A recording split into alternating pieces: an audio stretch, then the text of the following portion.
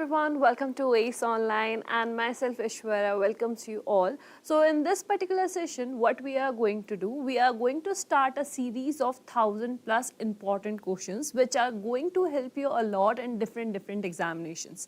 Now the examinations like what? So if you are preparing for any competitive exams in which there is a section of quantitative aptitude and the reasonings, then these sessions are very beneficial for you.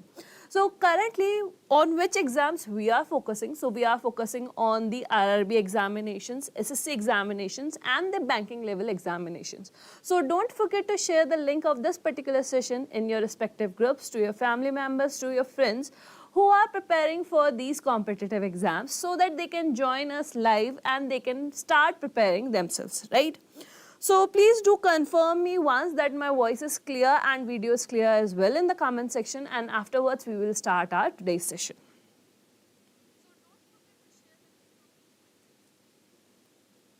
Okay, so let's start what we are having in today's session. We are having random questions. We are not having like we are doing this topic today, we are doing this topic today. No, we are going to practice all over topics along with like in a single session so that like we can practice as per the examinations only, right? So this is the first question that we are having, and this question is from the concept of number series. The question is saying that what value should come in the place of question mark in the following number series? What we need to do? We just simply need to identify what will come over here. So whenever we do have these type of questions, what we have to do? We just simply need to analyze the series first and accordingly we need to answer, right? So here what numbers we are having? We are having 8, 17, 53, 134, 278 and the question mark, right? If I will see what difference we are having in between numbers, because I can easily able to see that the difference in between the numbers is not huge, so I can just start with the basics, right? So here I can sense that here I am having a difference of +9, right? In this one, how much difference we are having? We are having a difference of 36, right? Now if I talk about this one, here I am having a difference of 81.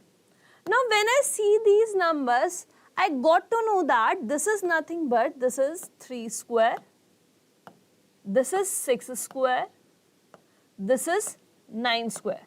So what we can predict by seeing this number, we can predict that here we are having a sequence of like we are having a squares at a gap of 3, right? So here if we will see what gap we are having, 144, which is nothing but a square of 12. So the next should be a square of 15. The next should be a square of 15, and that is nothing but that is 225. That is nothing but 225. And when we add 225 and 278, what we will get at the unit place? We will get 3, and the one is carry forward 9, 10, and the one is carry forward 503. What answer we are getting over here? We are getting 503. That means your option number D is the correct one. Your option number D is the correct one. Very good evening to everyone. Thank you so much for the confirmation. So in this question, we got to know that if we are having a gradual changes in the numbers or in between the numbers, then we have to start with the basic approaches that we are having, right? But if we are having a sudden increase or sudden decrease in that one, there are chances that we are having a combination of squares or cubes or some mixture of mathematical operations, right? Okay, let's move towards the next question and let's see what next question we are having. So the next question is 4, 3, 3, 4, 9, and again we are having a question mark.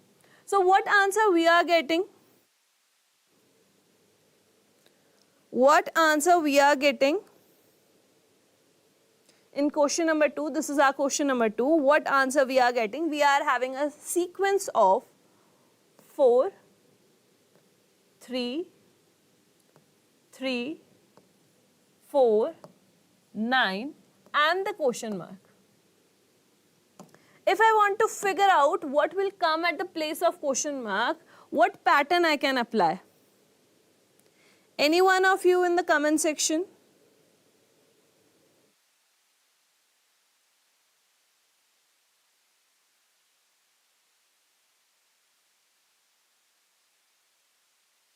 Okay. So I know that here I am having, now the sequence is decreased, right? But again it start increasing, right? So I need to think accordingly.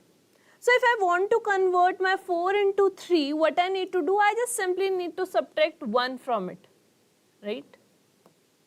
Now, if I want to convert my 3 into 3, what I need to do, I need to add nothing in it, or I can say I need to add 0 in it, right? Now, what I have to do, I have to add plus 1 just to make my 3 into 4. Here, what we are having a difference of 5. But this is not a usual pattern that we can apply over here. That means we need to change our approach. Minus and plus combination. Okay. Rahul D. Moida 32. Okay, let's see what is the correct answer over here. So if I want to convert my, right, instead of writing like this, I can write, if I multiply my number by 1 and afterwards I subtract 1 from it, I'll get my answer, that is 3, right? 4 into 1, 4, 4 minus 1, that is 3. Now I want to convert my 3 into 3, that means what I can do, if I multiply it by 2, I am increasing the number, right? If I multiply it by 2 and I subtract the next odd number from it, I'll get 3. How? 3 into 2, that is 6, 6 minus 3, that is 3 only. Next, again I am going to increase my multiplication number. If I multiply my 3 by 3, this will give me 9, right? 9 minus 5, again the next odd number, it will give me 4. 9 minus 5, that is 4. Again, the number is increased. Now we need to multiply by 4. 4 into 4, that is 16. 16 minus 7 will give me 9, right? Now if I want to figure out what will come at the place of question mark, now again what I have to do, I have to increase my number and I have to subtract the next odd number from it, right? So 9 into 5, that is 45. 45 minus 9, that is 36. 36 is my correct answer. 36, option number C is my correct answer. Is it clear? So what logic we are having? We just need to multiply it by the consecutive number, but we are subtracting it with the help of odd numbers only. Is it clear?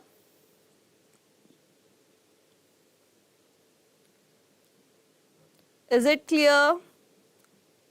Can we move towards the next question? Okay. So here, this question is from the concept of reasoning and there's a small puzzle, right? So the question is saying that whenever we do have puzzles, how we are going to approach it, we will learn in these sessions, right? Okay. So the question is saying that study the following information carefully and answer the below questions, right? Okay.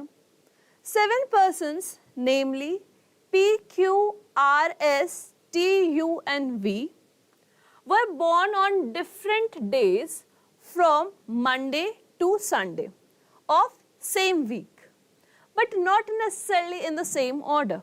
Okay. So here we know that here what we need to do, first we need to make a chart of days. Monday, Tuesday, Wednesday, Thursday, Friday, Saturday and Sunday, right? Okay. Now, what we need to do? We need to collect small clues from this puzzle and we need to put it over here, right? So, the first line says that one person was born between S and P. There's only one person, but we don't know where S and P will come, so we are creating our clue like this, right? This is our first clue, right? Next, two persons were born between S and T who was born on Saturday. This who is given for T. That means the position of T is fixed, that he was born on Saturday. The position of T is fixed.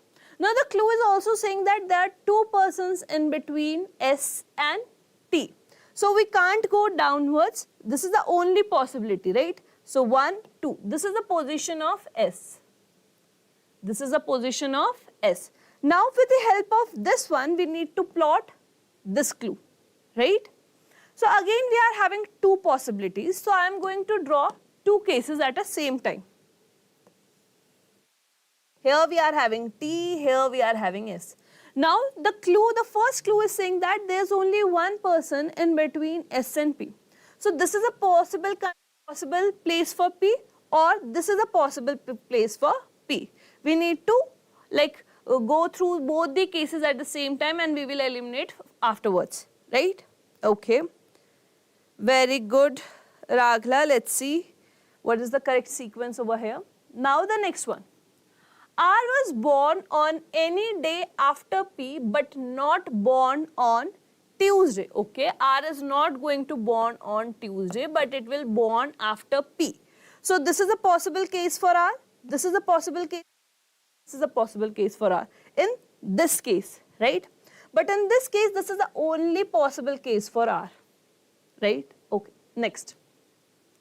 Two persons were born between R and V who was not born on Sunday, okay? V is not going to born on Sunday, okay? So here we can't put V, okay? And there are two persons, right? So 1, 2. Here, this is a case for V. Now, if we are going to consider this one, we can say that if we will put R over here, then the possible condition for V is 1, 2, this one. But what if we will put our R over here? Then we need to put V over here, right? Then we need to put V over here. If we will put R over here, then we are not having any space for V, right? Next. U was born on any day before V, but not born on Tuesday, okay? U is not going to born on Tuesday, okay? And before V. This is the only possible case in this one for the position of U, but here it is clearly mentioned that U is not going to born on Tuesday, so this case is eliminated. Now consider this one. Here we are not having any space for U, so this case is also eliminated. Now we are only left with this one. Now the question is clearly saying that U is not going to born on Tuesday, so this is the only possible case that we are having, right? This is the only possible case that we are having. Now the question is saying that on which day of the following day U was born. So U was born on Monday. Do we have this in options? No. So we will go with our none of these. None of these. Is it clear? So what we need to do whenever we do have these type of puzzles, first we need to collect the small clues together and afterwards we need to solve them, right? Next. The next question says that which of the following statement is or are true regarding this particular arrangement, right? So the arrangement that we are having UQ SV PTR, and here we are having Monday, Tuesday, Wednesday, Thursday, Friday, Saturday and Sunday, right? Now we just simply need to read the given options. U was born just after Q? No, just before Q. One person was born between R and P? Yes, there's only one person, that is T, so this one is correct. S was born just after V? No, just before B. So this is also incorrect, so this one is also incorrect, and the correct option over here is your option number B. The correct option over here is your option number B, right? Now, let's move towards the next question. So the next question is very easy. The question is saying that the boat covers 120 kilometer downstream in 6 hours and the same boat covers 45 kilometer upstream in 4.5 hours. Find the speed of stream. What we need to do? We need to find out the speed of stream. What answer we are getting? Any one of you in the comment section? This is a very easy one.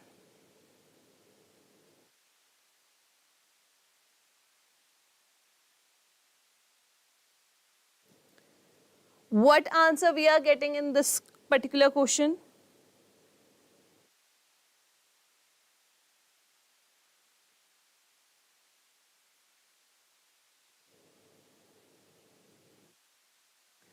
So we know that whenever we are having a downstream, then the speed, we need to add the speed, where in the upstream we need to subtract the speeds, right? So in this one, we can say that here in downstream,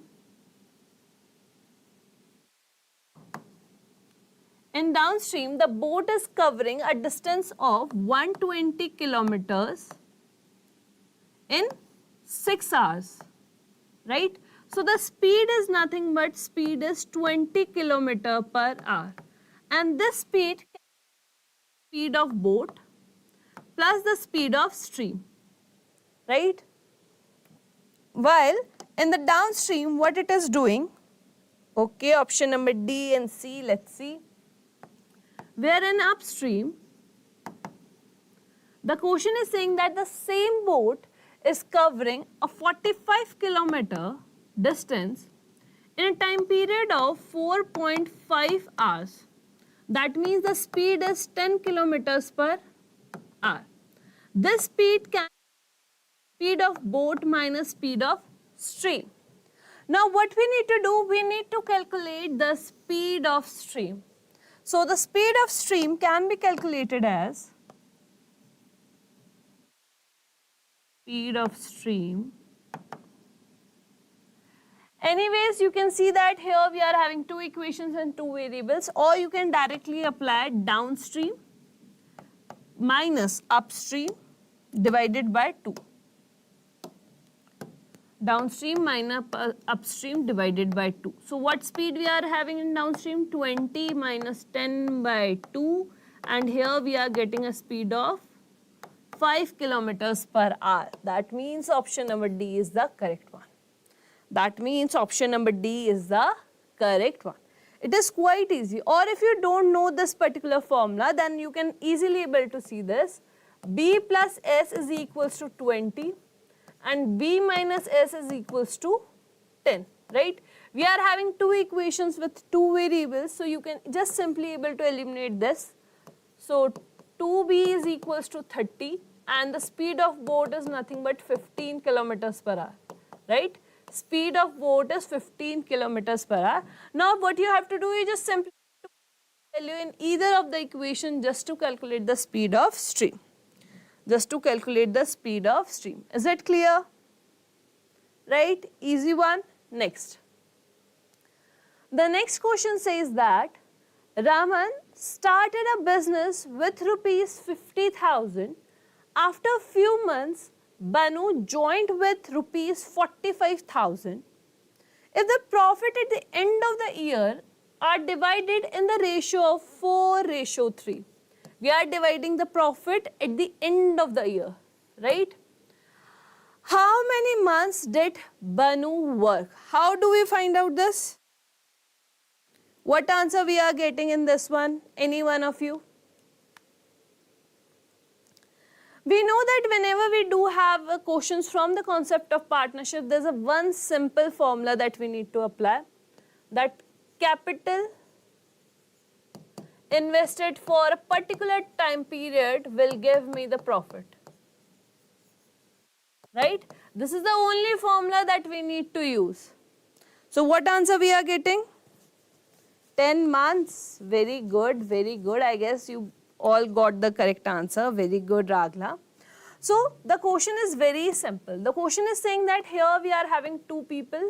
The first one is Raman and the second one is Banu, right? Raman invested 50,000 rupees, where Banu invested 45,000 rupees. Raman invested from the starting of the year till ending, that means the time period is of 12 months, right? This is my capital, this is my time. And by multiplying both of them, I'll get the profit, right? Here, we don't know the time period, so I'm just writing it as a X. Can we eliminate anything from here? Yes, we can. We can eliminate these 3 zeros from this one, right? Apart from that, with the help of 5, we can eliminate it and we will get 10 and 9. Now, as we are doing the multiplication, we can again eliminate this 9 and this 12. Here we will get 4 and here we are getting 3.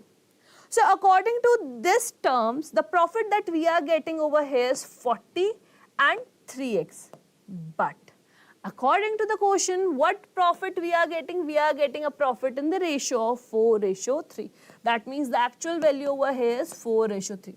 So this value is present on the dividation of 10. That means if we will divide this number by 10, we will get 3. And we know that if we want to make it so, then we have to make the value of x as 10 months.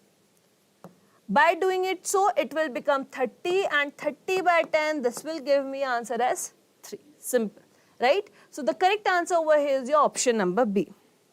The correct answer over here is your option number B. Clear? Is it clear? Right? Next. Okay. So the next one is basically a question from the concept of blood relation. Here one option is missing. So the question is saying that read the following information carefully and answer the question given below. 6 people, namely A, B, C, D, F and G, there is no E, right, are interrelated to each other. There are 2 generations, we need to take care of the generations, and 2 married couples. We are having 2 generations and we are having 2 married couples over here, right? A is a father of G, C is a brother-in-law of D, D is a mother-in-law of F, A has 2 children, G is the sister-in-law of F, A is married to D, F and D has no siblings, B is a nephew of C. So I'm just giving you a time period of 40 seconds. If any one of you can get the answer, just simply comment it in the comment section, and afterwards we will start discussing it, how we will get the answer and what is the correct answer over here. Option number A is brother, B is brother-in-law, C is sister-in-law, and let's take option number D is cannot be determined.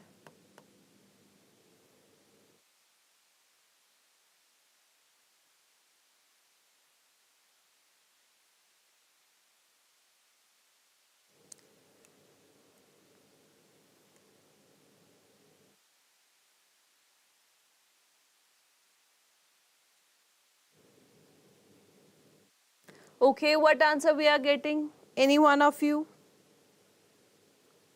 Again, in this one also, what we need to do first, we need to collect the small clues together and afterwards we need to draw it, right? Brother-in-law. Okay, let's see. So the question is saying that A is a father of G. A is a father of G. Here I read one line that A is married to D. A is married to D, and if A is a male, that means D is a female, right? Okay. Okay, so this clue is done. This clue is done. The next one.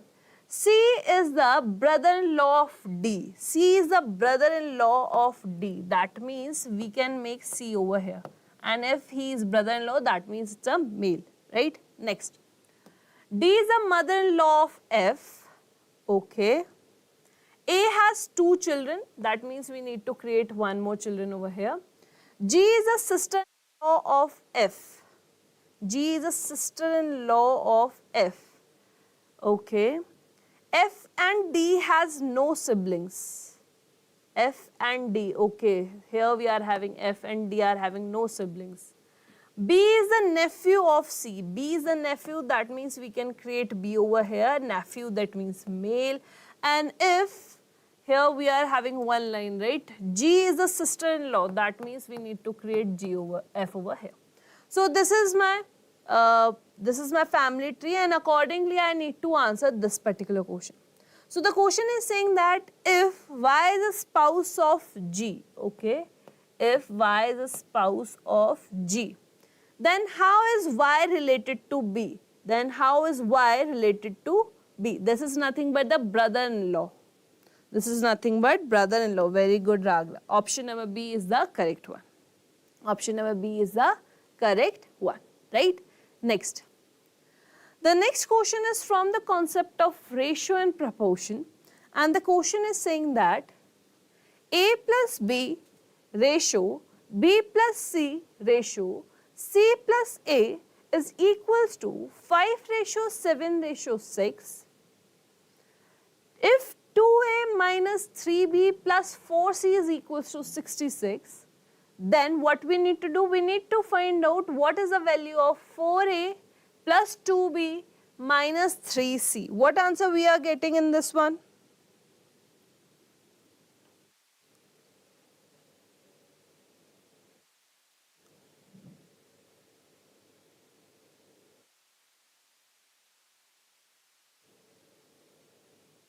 This is a simple question from the concept of ratio and proportion.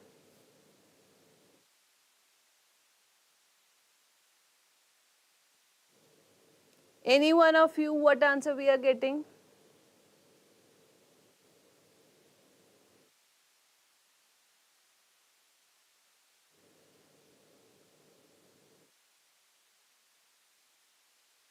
Okay, let's start discussing it.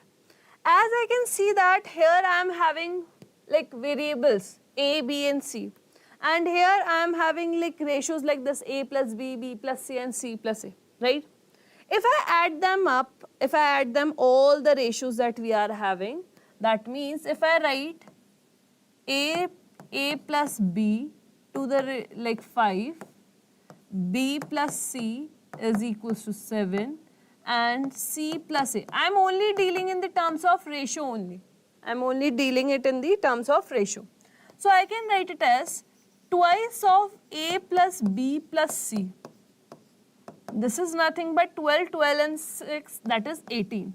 That means I can say that the value of A plus B plus C is equals to 9. From this one, I can say that the value of A plus B plus C is equals to 9. 18. Amar and Princey. Let's see what is the correct answer over here, right? Now, there's one more thing given over here, that if I add, if I do it like 2A minus 3B plus 4C, then in this case I am getting 66.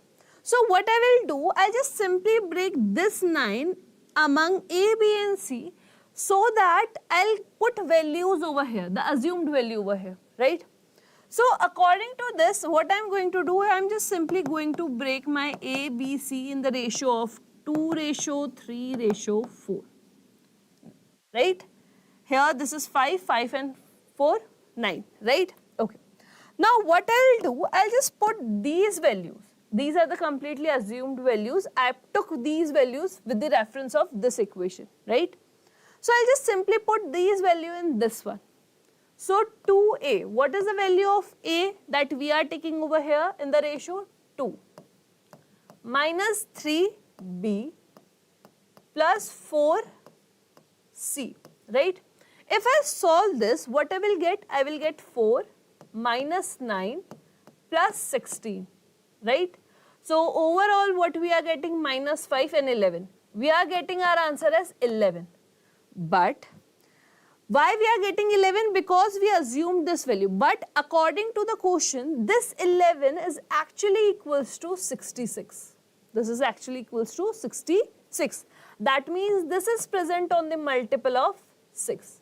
This is present on the multiple of 6, right? Now what I need to do, I need to find out the value of this one. 4A plus 2B minus 3c, right? Now again I'll put these values in this one, these ratio values in this one. That means 4 into 2 plus 2 into 3 minus 3 into 4, right? Here what I'll get, 8 plus 6, that is 14, 14 minus 12, that is 2. But again, we know that this ratio is present on the multiple of 6. That means we need to multiply this value by 6 as well. And here the answer we are getting is 12. The answer that we are getting over here is 12. Very good, Ragla. Right? The answer that we are getting over here is 12. Is it clear? Is it clear to everyone? So whenever we do have the ratios directly to the numbers, so that's why we are taking references, right? That's why we are taking references. We are not introducing variables, but if you are like, no, we only need to introduce variable, then you can write it as like this is nothing but 11x. And 11x is equals to 66. That means you will get the value of x is 6. Clear? Next one. The next question says that a number is divided into two parts in the ratio of 5:6. Respectively, the sum of 60% of first part is 84. If both parts increased by 10, then what will be the respective ratio between the sum of the old new numbers? This is a good question. So what answer we can expect over here? This is a good one. Very simple but a good question. Basically, we need to write down the ratio in between the sum of the old numbers and the new numbers.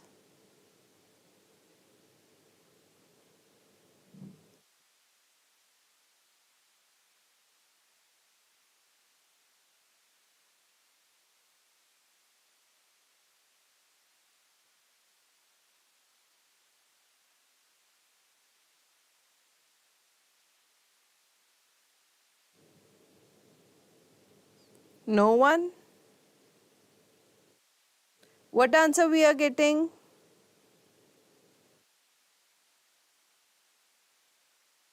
Okay, let's start solving it. So, according to the question, the given ratio of the numbers,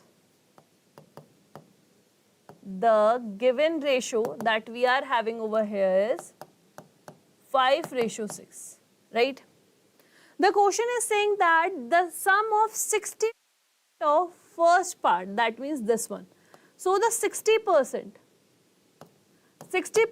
of this one is nothing but 3, and 50 this one, that means again 3.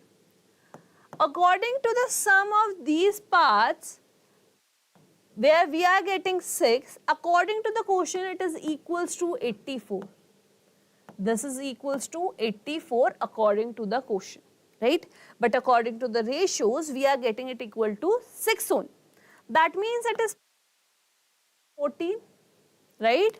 It is present on the multiple of 14. Now first we will find out the old numbers. So the old numbers are also present on the multiple of 14. So this is nothing but 70, and this one is nothing but 84, right? These are what? These are my old numbers. These are what? These are my old numbers.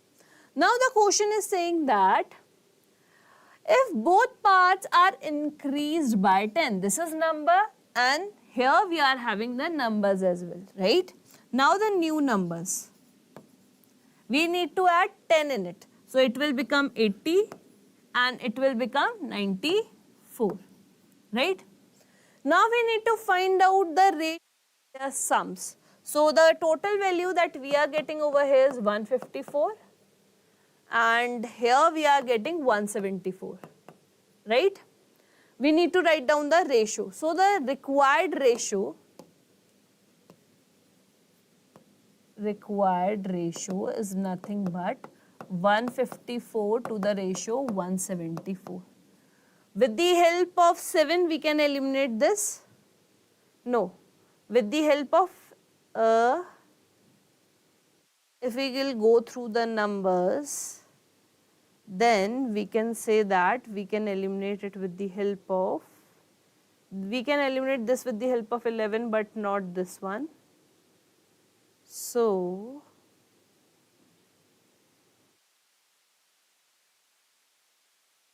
here if we will eliminate it, we will get 77 and here we will get 87. Is this the correct one? Yes. That means option number C is the correct one. Option number C is the correct one. We just simply eliminated it with the help of 2. We just simply eliminated it with the help of 2 and we will get our answers. Clear? We only need to write down the simple ratio in between the sum of the old numbers and the new numbers, right? Next one. The next question says that the diagonal of a rectangle of length 24 centimeter and breadth 7 centimeter is equal to the side of the rhombus. The perimeter of the rectangle is what percent of the perimeter of rhombus? This is a very, very easy question. We only need to find out the percentage change. And the percentage change says that final value minus initial value divided by initial value or the comparative value multiplied by 100.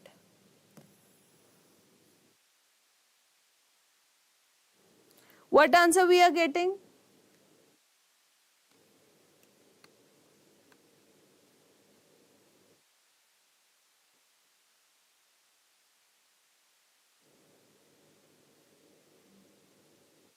This is a very simple one. So the question is saying that here we are having a rectangle, right? The length is 24 centimeter and the breadth is 7 centimeter.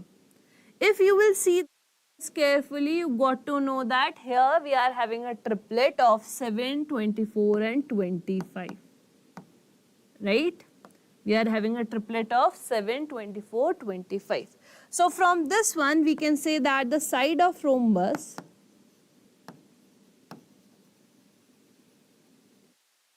is nothing but equal to 25 centimeter, right? But what we need to do, we need to deal with the parameters of the respective shapes. So first we will calculate the parameter of rectangle. Parameter of rectangle is nothing but 2 into length plus breadth, right? We are having the values of both.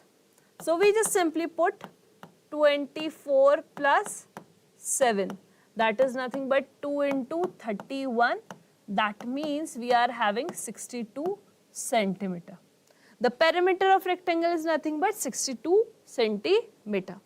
Now we will calculate the parameter of rhombus.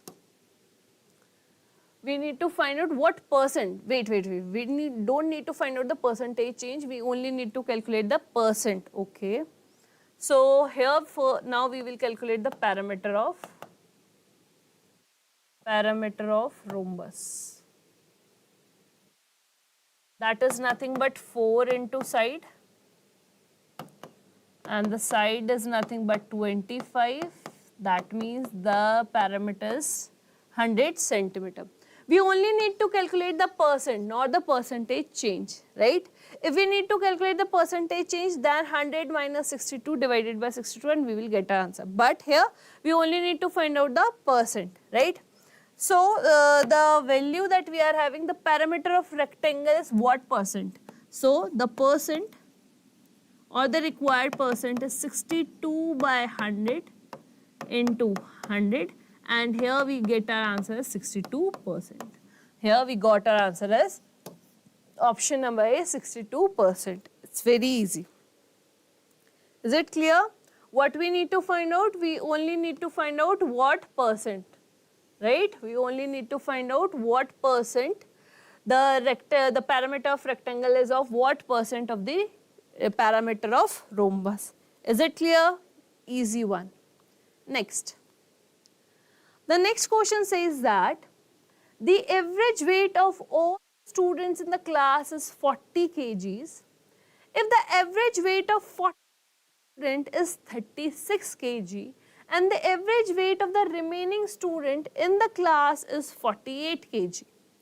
How many students are there in the class? Now, instead of applying the basic rules or basic formulas of average, we can easily able to apply the logic of allegations over here, because what we are doing, we are just comparing the same category, that is weight, right? Here we are having three values, the main value, or we can say the mid value, the smaller value and the bigger value, right? So what we can do, we just simply able to apply the allegations and we will get our answer, right? So the allegation says that we need one value in the middle, and if we are comparing the same quantity, then the one value is bigger than the middle one and one value is the smaller with respect to the middle one. So the question is saying that for 40 students, out of total 40 students are having weight, average weight is 36. Rest remaining, we don't know how many remaining students we are having, but their average weight is nothing but 48. But in overall, the average weight of the class is nothing but 40. So we just simply eliminate, and here we will get the number of students. We will get a ratio of number of students.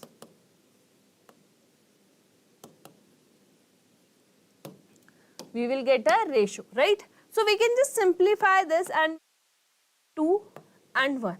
But the question is saying that here we are having 40 students. That means it is present on the multiple of 20. So this is also present on the multiple of 20. So here we are having 20 more students. And what we need to do, we need to find out how many students are there in the whole class.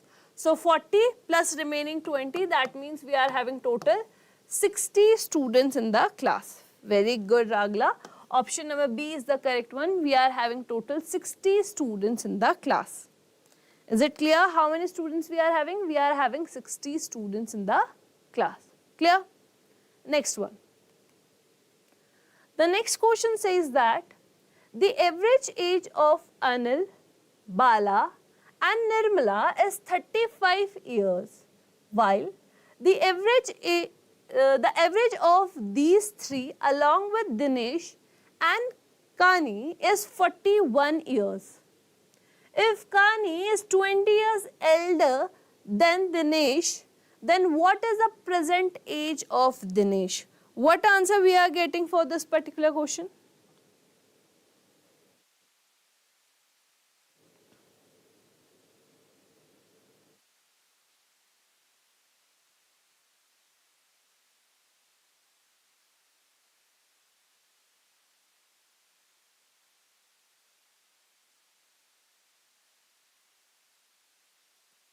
Any one of you, what answer we are getting?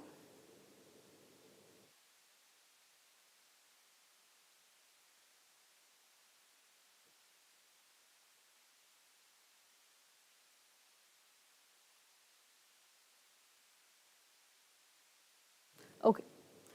So we know that the formula of average says that average is nothing but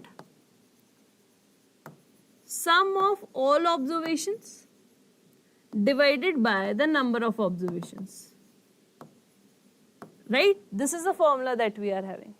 So if we want to find out the sum, we can just simply multiply the number of observation with the average so that we will get the sum. Now we will take the help of this formula just to get our values. So the question is saying that Anil plus Bala plus Nirmala, the sum of all these three ages can be calculated as the average age, that is 35, and the number of observation, that is 3. This is the total age of these three people, and this is nothing but 15 and the 1 carry forward and 100.5, right? 105 is a total age of Anil, Bala and Nirmala, right? Okay.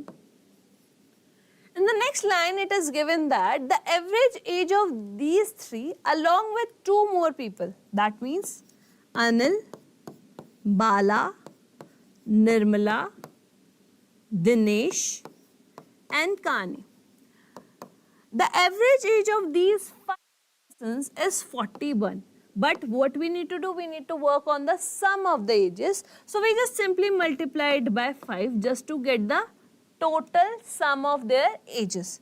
Here what we will get? We will get 205, right? We will get 205. But in the previous line, we know that the value of these three, is nothing but 105. So we can say that the value of this Dinesh and Kani, the total age of Dinesh and Kani is nothing but 100 years, right? The total age of Dinesh and Kani is of 100 years from this data. But the question is saying one more point or one more clue over here, that Kani is 20 years elder. That means Kani is equals to Dinesh plus 20, right? Now we know that if the sum of these two is 100, and we are having this equation as well. So first what we will do, we just simply subtract the extra number from it and we will divide the rest part in two equal ones, right? So we can say that when we do it so, we will get Dinesh is equals to of 40 years and Kani is of 80 years. Kani is of 60 years, sorry, not 80, it's of 60 years.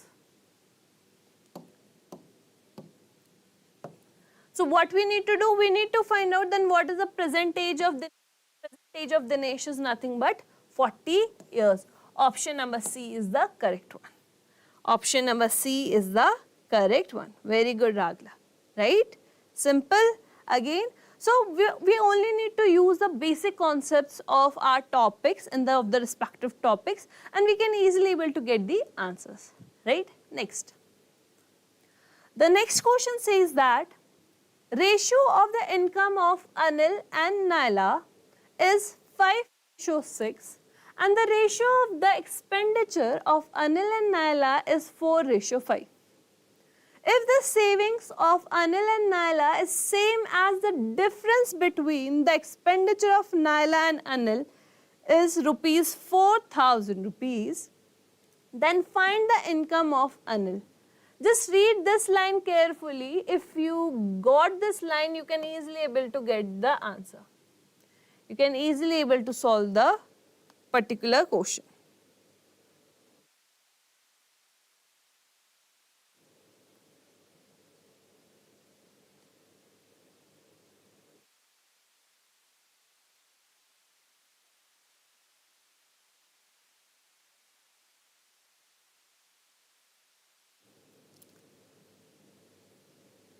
Okay, very good, Ragla. Let's see.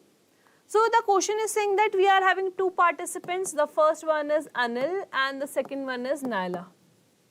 Right? So the income ratio that we are having over here is 5:6. Right? We are also having the expenditure ratio.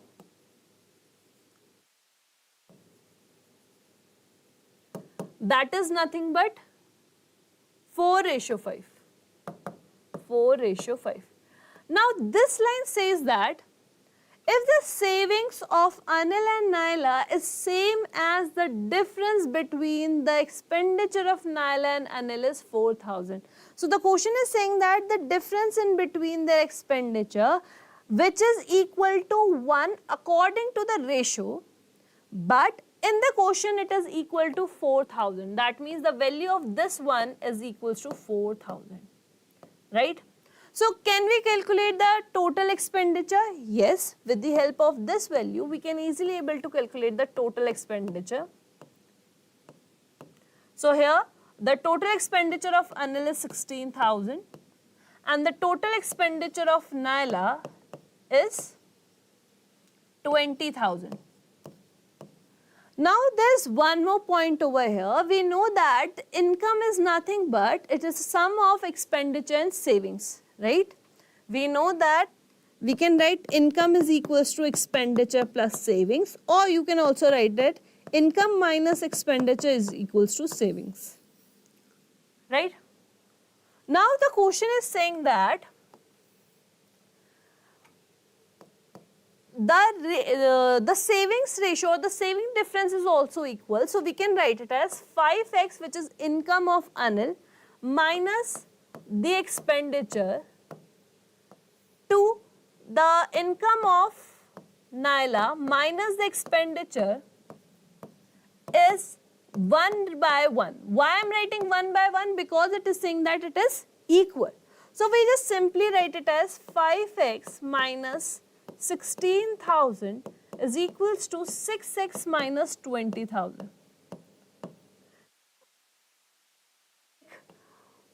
Put this value over here and this value over there. So we will get x equals to 4,000. X is equals to 4,000. Now what we need to do? We need to calculate the income of Anil. That is nothing but it's present on the multiple of 4,000. So this is nothing but 20k. That means 20,000. Option number B is the correct one. Option number B is the correct one. Is it clear? So in this session, we are having these number of questions where we discussed few reasoning questions and few quant questions, right? In a similar way, we are going to continue these sessions on the daily basis. Tomorrow at the same time, I'm going to meet you all with these kind of more questions so that we can practice accordingly. So let's end this session over here. Meet tomorrow at the same time. Till then, thank you.